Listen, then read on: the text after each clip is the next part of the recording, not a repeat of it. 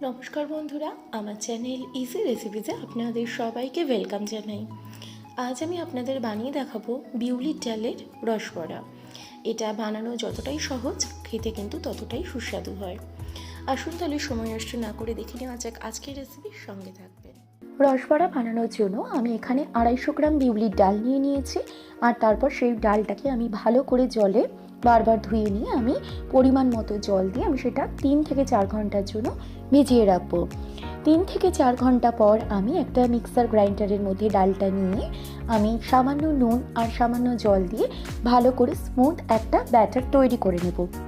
দেখুন এখানে কিন্তু ব্যাটার তৈরি হয়ে গেছে। এরপর আমি এই ব্যাটারের মধ্যে দিয়ে দেবো সামান্য একটু মৌরি দিয়ে দেওয়ার পর আমি ভালো করে এই ব্যাটারটাকে ফেটিয়ে নেব। এই ফেটানো কিন্তু খুব ইম্পর্টেন্ট। আমি এখানে প্রায় 10 মিনিটের জন্য ফেটিয়ে নেব, চাইলে আপনারা হাত দিয়েও ফেটাতে পারেন। এরপর আমি একটা কড়াই নিয়ে নিয়েছি আর তার মধ্যে নিয়ে নিয়েছি 500 গ্রাম নোলেন গুড়।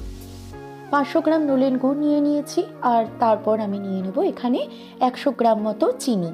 আপনারা কিন্তু চাইলে পুরোপুরি চিনি বা পুরো নোলেন গুড় দিয়ে বা যে গুড় আপনাদের কাছে অ্যাভেলেবেল থাকবে সেটা দিয়েও করতে পারেন।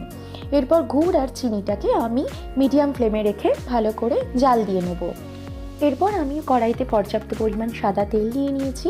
তেলটাকে আমি হাই ফ্লেমে রেখে ভালো করে গরম করে নিয়েছি, আর তারপর আমি বড়াগুলোকে তেলের মধ্যে ছেড়ে দিচ্ছি। এখানে আমি বড়াগুলোকে গোল করে শেপ করে নিয়েছি। আপনারা যেরকম শেপ চান সেইভাবে আপনারা তৈরি করে নিতে পারেন। এখানে আমি আর একটা কথা বলে রাখি, ডাল যদি ফেটানো ভালো হয় তখন দেখবেন গরম তেলে যখন আপনি বড়াগুলো ভাজবেন, বড়াগুলো সুন্দরভাবে তেলের ওপর ভেসে উঠবে। এখানে আমি লালচে বাদামি করে বড়াগুলোকে ভেজে নেব। দেখুন এখানে সুন্দর লালচে বাদামি রং এসে গেছে। এরপর আমি বড়াগুলোকে তুলে রাখবো। এইভাবে আমি বাকি বড়াগুলোকে ভেজে নেব।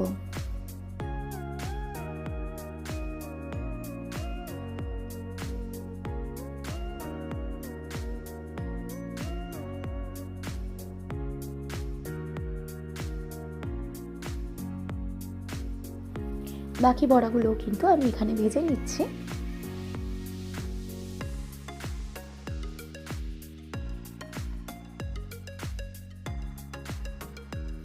সবকটা বড়া আমি এখানে ভেজে নিয়েছি।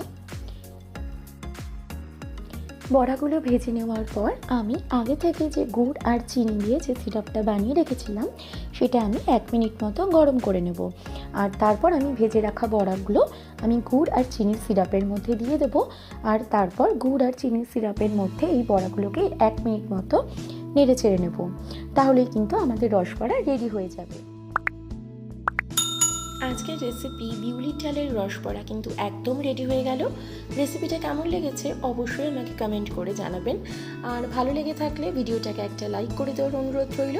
সাথে আমার চ্যানেল ইজি রেসিপিসকে সাবস্ক্রাইব করতে ভুলবেন না, আর পাশে থাকা বেল আইকনটা ক্লিক করে অল করে দেবেন। তাহলে আমি যখনই কোনো ভিডিও আপলোড করব সেই নোটিফিকেশান আপনাদের কাছে সব থেকে আগে পৌঁছে যাবে। তাহলে দেখা হচ্ছে নেক্সট এপিসোডে নিউ কোনো রেসিপির সাথে। Till then stay safe, stay